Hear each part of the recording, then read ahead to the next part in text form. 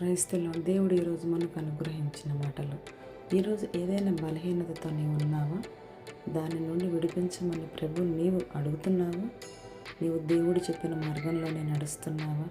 ఇశ్రాయేలీయులు కనాను దేశానికి వెళ్ళే సమయంలో వారు యెహోవాను మాత్రమే సేవించి ఆయన ఆజ్ఞలకు విధేయులై ఉంటే దేవుడు వారి ఆహారం నీటిని ఆశీర్వదించి వారి మధ్య నుండి రోగాలను తొలగించి వారిని కాపాడుతానని వాగ్దానం చేశాడు.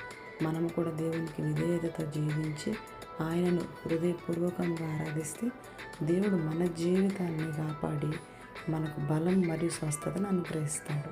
ఆయనపై నమ్మకం ఉంచి ఆయన మార్గంలో నడిచినప్పుడు దేవుని కృప మన జీవితంలో పనిచేసి మన ప్రతి బలహీనతలో మనకు సహాయం ఇస్తుంది. నీకు సంపూర్ణ స్వస్థత కాపుదల కావాలి అంటే నీవు తప్పక ప్రభు చెప్పిన మార్గంలోనే నడవాలి. ఆయన కట్టడలన్నింటినీ ఆచరించాలి. ఆమేన్.